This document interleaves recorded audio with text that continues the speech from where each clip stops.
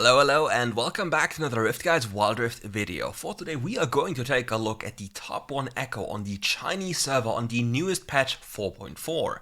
We're going to make a series of different regions and highlight the best players in these regions to bring you the best possible builds, new build ideas, and what we believe could be done better when playing these champions. So let's get at it with Ekko. But first, let's break down the build for you.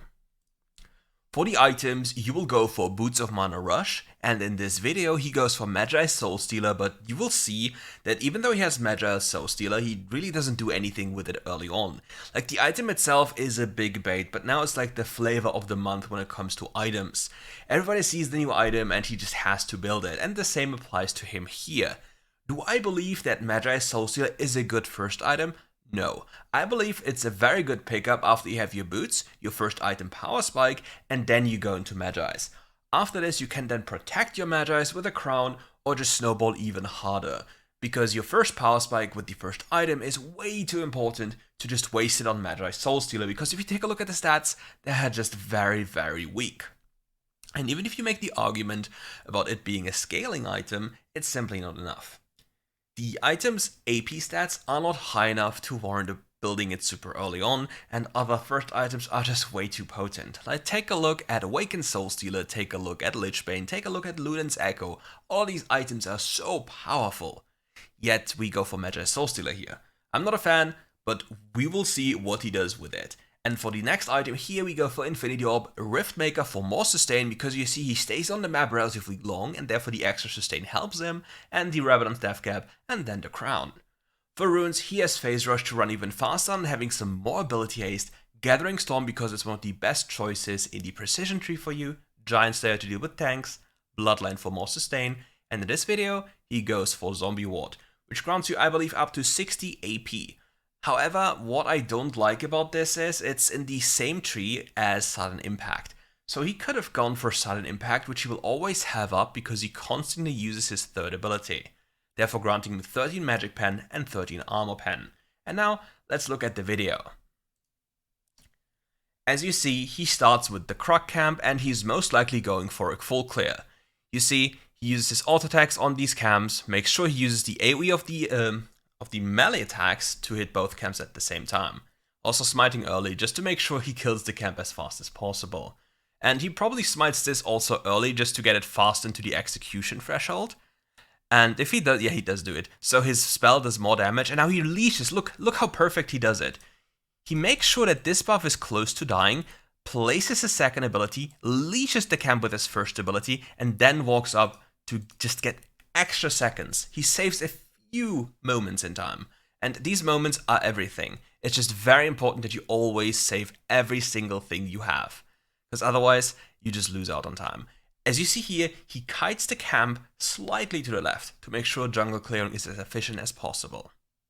Same happening with the wolf camp, just leashing it from range, and you know how it goes. Now let's talk about the issues of Ekko.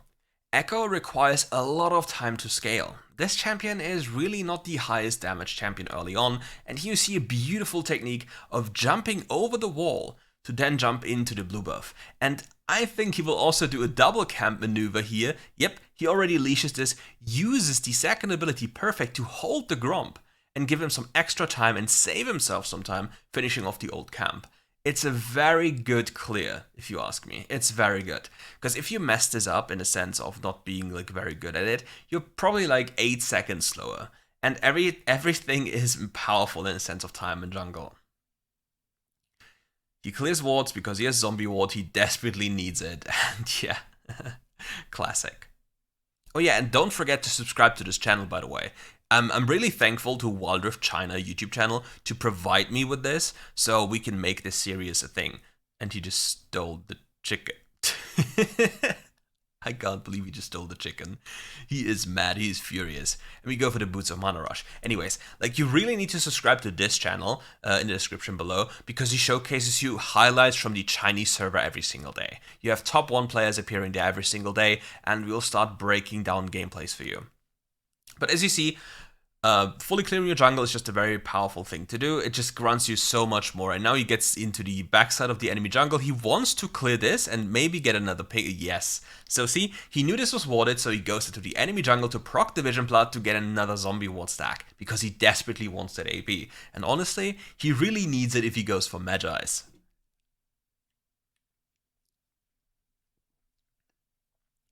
You see in his previous item build, before Magi's released, he has a Prophet's Pendant selected, which would be very powerful. Like, just think about this. Sudden Impact, Prophet's Pendant, Boots of Mana. That is so much pen. And now he's ready to counter gank because he fully efficiently cleared his jungle camps. He'll probably pick up the kill super easy. He just rushes away with the phase rush and now goes back to jungle clearing. Now, one of the issues with Ekko is you really need a proper setup to gank. If nobody prepares anything for you, getting a gank off is kind of annoying.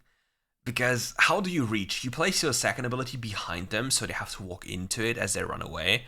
And yeah, if that doesn't happen, it's a really bad time. Now he resets because he wants to buy Magi's as fast as possible. And he probably stays a few seconds for the Amplifying Tomb. Yeah, he does.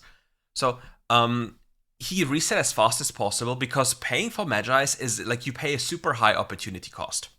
Like you pay 1500 gold, which is half of the items, like half of a full item cost, and you have to make it work, right? So he wants to buy it as fast as possible while resetting to then get these stacks. Now let's take a look how he counter ganks this, because he's just fortunately at the right spot. Oh, he even gets this jump. That's actually quite insane, honestly. Sadly, he didn't get the kill pickup, and he gets 2 kills. He gets a kill and an assist. So he has 5 stacks. Currently, Magi's is at 55 AP. 55 AP, and it's still not much. He needs another 5 stacks to get the movement speed passive. And let me present you the idea of having Lichbane. Lichbane as an item grants you 5% movement speed at all times. It grants you, if I'm not mistaken, 85 AP, which translates into a Magi's with 11 stacks. So you don't have to pay any opportunity cost, you get a decent item, and you have more damage because I'm not even factoring in the on-hit bonus damage from Lichbane. So yeah, I believe the Magi's maniac situation right now we have, that everybody's rushing Magi's, will die down in a bit of time until people like really understand that this doesn't really do too much. And he even gets his Herald stolen from him. Like, his team really hates him. First, the Scuttle Crab, and now the Herald. Like, the Lucian and the Vladimir stole so much gold from the man. It's so sad. But will he get the ward? He got the ward. He got the zombie ward stack. Okay, everything is saved. Jungle isn't ruined. But yeah, he's waiting for the Lucian to place the Herald because he wants the gold. Like, he doesn't want to go away. Lucian is probably like, but I want my Ekko to go away. I want the gold for myself. And it wouldn't surprise me if he just walked back mid lane to just see if the Herald is getting placed. And yeah, he walks back mid lane, but there's a Kai'Sa, and he just catches the Kai'Sa with a beautiful combo. Slow smite there. Will he reach is the question. 3 seconds on his third ability. He should be reaching this. And does he ult back? He got executed by the Kai'Sa.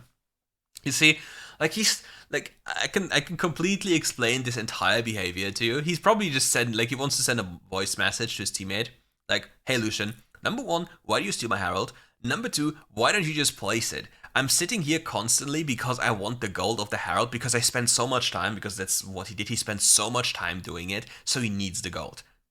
Now he looks for a perfect angle for a gank because he's like really pissed off right now. Look at what I said earlier about placing your W properly. Like, how many echoes of you would have placed it wrong? Like, how many echoes of you would have placed the W, like, for example, here for fun, rather than thinking ahead? Okay, if the Lulu is here and walks towards here and I'm coming from here, where can I place it?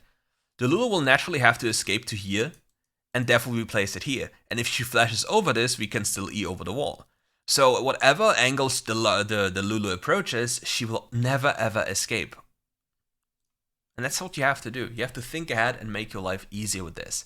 He even has the battle ensign, I think. Or is it just a temporary one? Goes behind the tower, catches the Jinx to stop her from recalling, and even kills her.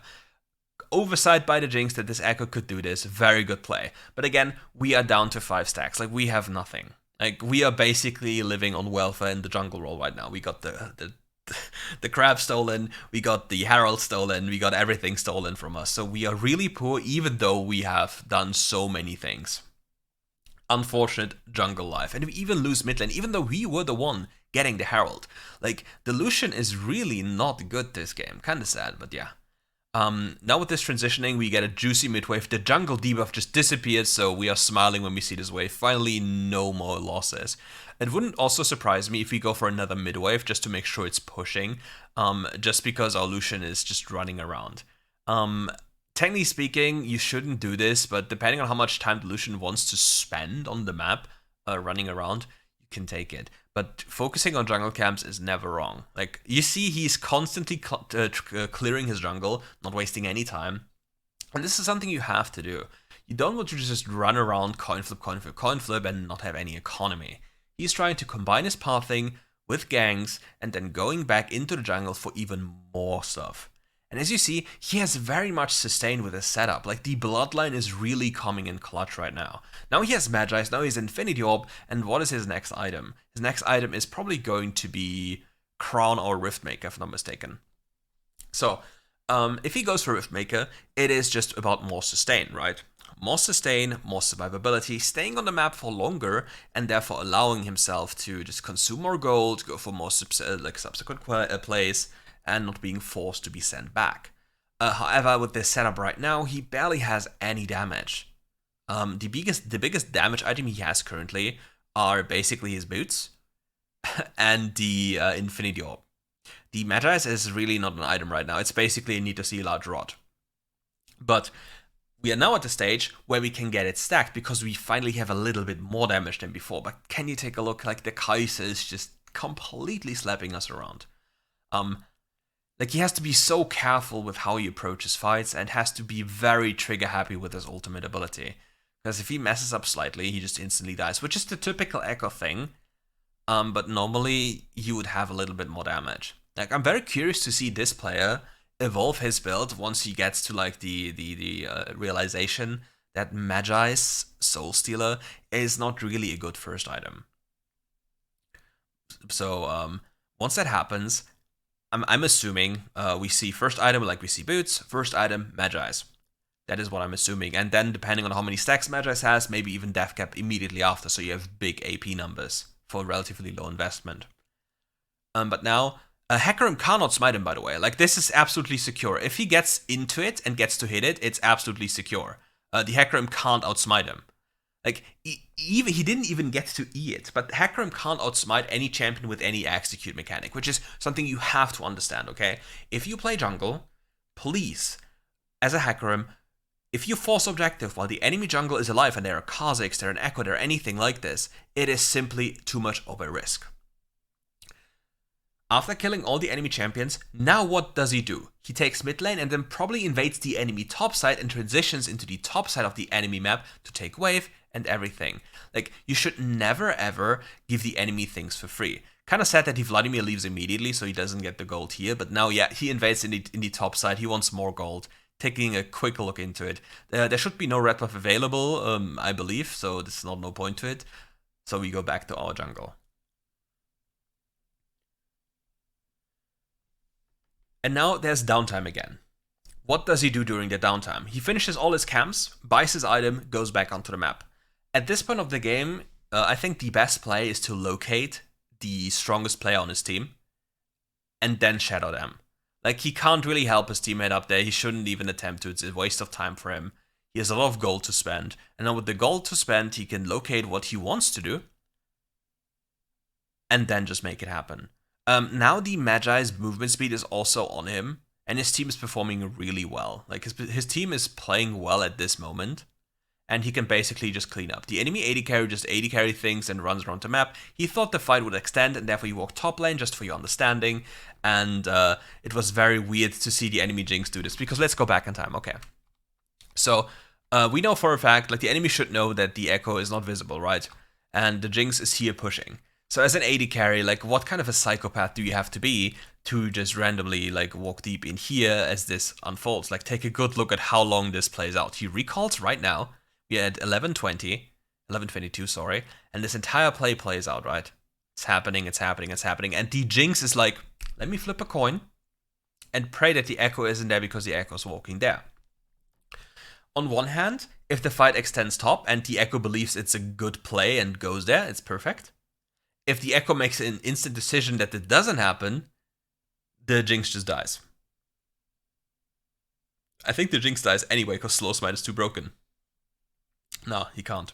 The Jinx is very powerful and he doesn't have enough damage right now. He uses too many things to get close and she nearly kills him. And now you see the Vamp to just sustain up again. Not even smiting. Like, look at the healing. It's so much healing. Look at this. Like, the proc of the passive, because it's coded as single target damage and does so much damage to monsters, grants him so much HP. It's similar to the Kha'Zix Gluttonous thing. You just walk into the jungle and insta-heal. But yeah, for this game, all he has to do later on is basically get any stun on the backline of the enemy team and just one-tap them. Like, if the Lulu and the Jinx are untouched, like if the Jinx is untouched when the Lulu buffs her, they just lose. But they should have enough tools to do so. Like, they have a Vladimir, they have an Ekko. Like, I don't think the Jinx can ever survive. There's just no hope. But again, like you see, he's not coin flipping anywhere. He's chilling. He's waiting patiently. He's farming and looking for opportunities. What I don't like so far is a little bit of a slacking when it comes to camera management. Like, he's not really looking at what is happening. Now he's looking, and now he got the angle. Now it's kind of over again. He can maybe maybe do something here, maybe jump the Jinx, but he gets Lulu polymorphed and is just immediately out of the fight again. That is one of the issues. As an AP assassin, ooh, very beautiful ultimate. Let's look at it again. Okay. First the flank, he can't really reach. He realizes this. It's too high risk. He looks at this, okay, he goes up. So now what all Ekko players have to keep in mind, you see this shadow up there? It will path all the way up here. And then you have to think about the area around this, like here, like it's probably a little bit bigger. So when this happens, and the enemy who is marked with passive stacks gets too close, and we have ult, well, you see? Perfect. Look what happens to them. Look at that. That's just a pop. And the biggest issue is, by the way, many people of you don't know this, okay? We will play that back again. If the Ekko goes out of your vision, you stop having sight of his ghost. So if the eyes aren't on the Ekko, and you don't see him, you don't see the ghost. Like, you don't see the ghost here, and then you only see this animation play. And then it's always too late. Because you got completely exploded. But he can't continue. He needs to wait for his teammate to go first. He has Magi stacks to protect. Like, he can't die at all cost. He's not allowed to die. He has to reset again. He has the death cap in the base. He can maybe kill the chickens because he doesn't want the enemy to steal them. Yep, very good. And he sustains. Look at the healing again. Look at this. It's enormous. It's crazy. And now he probably defends mid lane again unless his team does it for him. Goes base. Yeah, he does it. His team isn't there in time. He one-taps this. The enemy can't really do Nashor at this time. If they try to, they probably just die because they're too slow. He just wants to make sure they can't steal any buffs, or his teammates don't steal buffs, because, well, we have seen what the Vladimir did with the Scuttle Crab, and Delusion did with the Herald. But yeah, quickly clearing this. His team just can't stop. Like, they're just running at them again, and he's probably, like, furious right now. Like, can you not just relax for a second? Like, we just want to fight. I have so much gold to spend, and I didn't get to stop, and I just need to keep going, and we start now. One of the issues right now, I believe there's a slight mistake. I believe right now he should walk up and place a ward here, just to know if they do something, because they want to play for this. Dragons, again, on patch 4.4 are completely useless. They need to be buffed, and here's the reason why. In the past, you got more power as you got more dragons, right? You get one dragon, there was only one dragon in terms of power. Okay, then you got two dragons, but then you had the power of 2 and 2. Or 4 dragons. And then you gain 3 dragons, which is then the power of 3 dragons, and another 3 dragons. Right? And now you gain stats of 1 dragon, stats of another 1 dragon, stats of another 1 dragon, but then you get a soul. But the soul is less powerful than these dragons were. And the issue is, the only thing that's different is that the soul is visible. So there's a feel of satisfaction. That's the only difference. And if the satisfaction part wasn't there, then we would still stick with the old system. Because I think it's just a part where they changed, because it feels more satisfactory to have Soul like an effect that you see something. Because they removed Cloud Soul, Cloud Dragon in the past, because like people didn't feel anything, even though it was the most OP dragon in the game. And now I think they just need to buff dragons. They really need to buff them. They're really way too weak as they are. Yeah, he should place a ward on Baron just to have it there, since he will have to anyway. And yeah, now he has the Ravenous Death Cap. He has 17 stacks on the Magi. He's super fast. He's rapid on the map.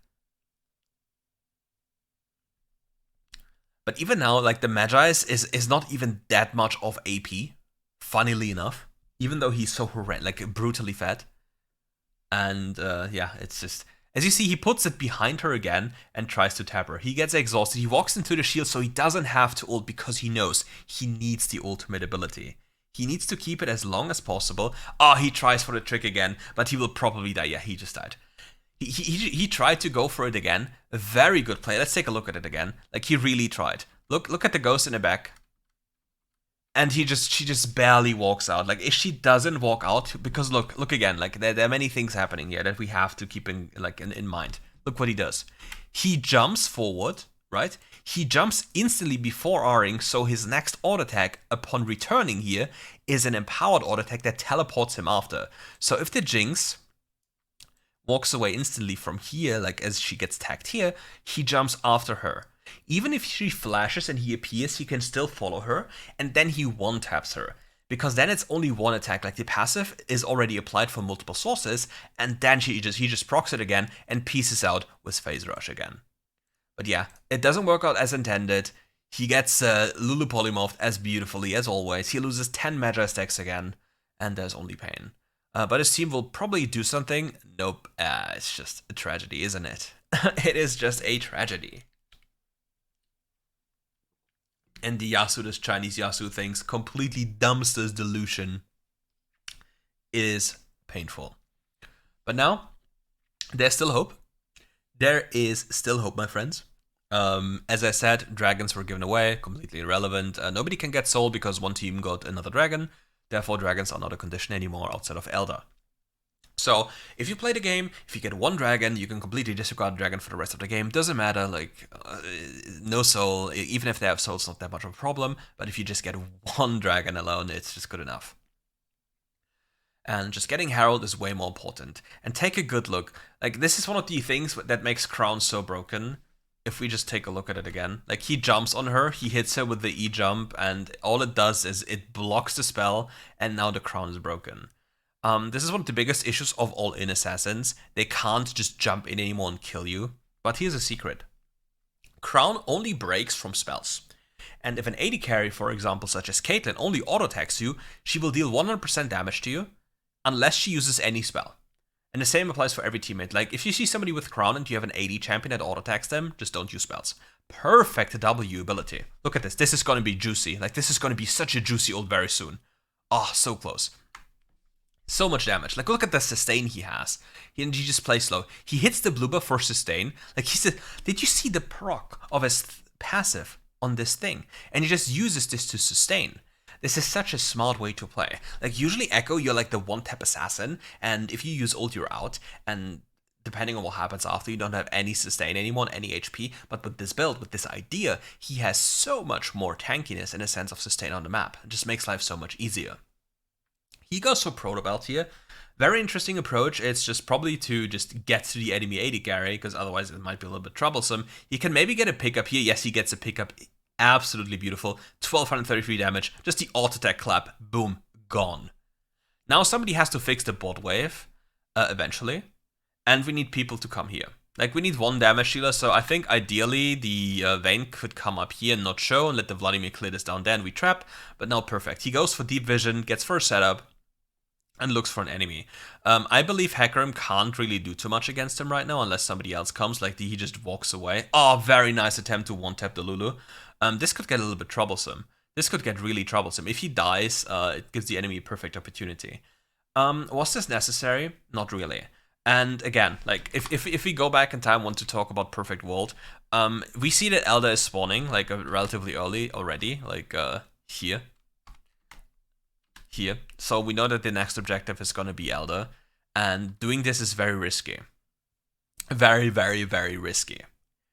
Ideally, we go for a vision setup around Elder if we can, and that's it. But we don't continue fighting. He still could have just ran away, like he was safe if he uses the plant to the left and he just keeps on running. I think he just survives. And the issue is, even if he kills the Lulu, I think he still dies. And if he dies, the enemy can play for Elder, and then they lose. Like, I think this is a very a grave mistake. But here's something he does very well. Like, he does it very well. Like, the moment he dies, he's like, okay, I messed up. Okay, what's the best thing I can do? I have a 49-second death timer. I swap to teleport. So if he spawns, he has teleport. His team can maybe stop this from happening, but I don't believe so. Yeah. What even happened? Was there a cut? His team just died. Yeah. Nah, that was a cut apparently. Maybe something happened, but yeah. Maybe he can reach in time. I don't think so. He just clears the wave. It's just better. Elder now holds so long. It's longer than Baron and it's very powerful. Luckily for us, the Jinx didn't get the Elder. All the champions that got the Elder, the most dangerous champion out of all of these is Kai'Sa because of a second ability. What he can do now is he can try to find a position, like a flank, but he can never really kill. The Kai'Sa has her lovely shield from Crown, and the Yasuo is too tanky at this point to just get one-tapped, I believe. So if you play against Crown users, you got to proc the Crown early and then go for another fight. So for example, if you play Kha'Zix, you need your second abilities evolve to then pre-pop the shield and then go in. He also swapped to Meteor to gain himself vision and proc the Crown. That's very smart. Like, he procs the Meteor, he procs his Riftmaker, and he procs the enemy Crown, if there was a Crown in the available. And now, there's nothing to stop him. Like, the best thing the enemy can do is try to use Lulu R into Yasuo ult, but he has Crown still active, so he probably won't die. There's no hyper damage dealer here. And he outsmites Hecarim all the time. Hecarim has no chance. Yeah, Hecarim has just no chance. Just none. Very beautiful ult. It's so much damage. And he has to keep maximum distance from the enemy AD carry, and he has to play it slow. He has to... he didn't get away. So close. So close to getting another E-charge to get away. This game is probably not over, or is it? Can he stop? Can he end this? No! Lucian, come on, you need to play. If you don't want to lose, you need to play. Brother Lucian. Like, hello? Do you want to play? Why is the enemy not ending? Why didn't they end? The inhib respawned, yes, but why didn't they just end? Let's take a look at this. Why are they dancing? Look. Look. Just attack. Why is she... Look, why is she... Like, why are these two spacing backwards? Just hit the Nexus. Just hit the Nexus. Your AD carries in the late game. Why are you griefing your team? Look at them. They could have just... Look at this. This was just dead. They griefed their Hecarim. Look at all these free AD... Nah, I'm sorry if you hate me for actually being mad about this. Take a look at this again. Okay, take a look at this again. Look.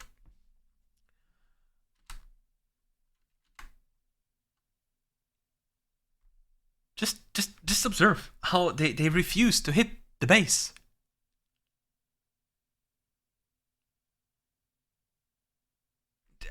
I don't understand. I really don't understand. I would be so mad if I was Hecarim. I would be so mad. But yeah, as you see, it is what it is. And no, the Kai'Sa also ran it. Oh no, the Kai'Sa wanted to go for a hero play, and even if it succeeds, it's still a high chance that she dies afterwards. And wait, did she? Wait. I'm curious. Did she go in without having Crown active? Yeah. So this entire thing happened because look what happened. You see, her Crown is procced. So number one, they didn't end the game. Number two, the next unfortunate thing that happened is that Kai'Sa goes for this execution play, but doesn't have Crown. And now let's see if Lucian is super smart. I mean, it doesn't matter anymore. That's the funny part. But this was actually so close. Crazy. Because if you play against Kai'Sa when she has Crown, like what Lucian needs to do, he probably needs to W behind him so it doesn't proc the Crown, so his auto attacks deal more damage. It sounds so stupid, doesn't it? But yeah. But that only applies if she has Crown, and she didn't have Crown, so she just kind of died. And now the enemy just lost. It's over. yeah, it's just over. He waits for Zhonya's, he has Zhonya's now, the Vladimir goes in, one taps the enemy AD carry, finally we've hit the point where Vladimir starts playing. Lovely. AP champions, ladies and gentlemen. And now it's completely done. Look at this. Ah, beautiful. But in all honesty, I really hope that they reevaluate their sense for Magi's. I really don't think it's a very good thing, and I really hope they change it in the future. But let me know what you think about this kind of generally, showcasing Chinese players like the top one players, and just tell me what you think. Tell me what you want to see next. Tell me a champion, and we'll make it happen. Anyways, thank you all for watching. If you enjoyed the video, leave a like and subscribe to the channel, and don't forget to check out WildRift China. Beautiful replays, beautiful, perfect. It is amazing. All thanks to him, all credits to him, he's a GOAT.